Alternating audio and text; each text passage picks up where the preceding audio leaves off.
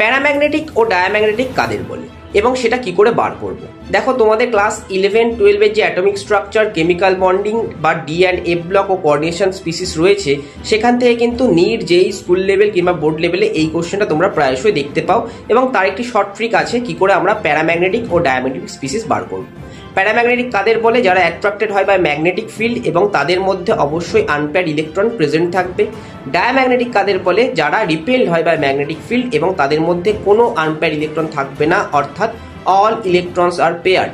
নাও diamagnetic মানে কি? All electrons paired. তাহলে পেয়ার্ড আপ হতে গেলে তাকে অবশ্যই ইভেন বা জোড় সংখ্যার ইলেকট্রন সিস্টেম হতে হবে।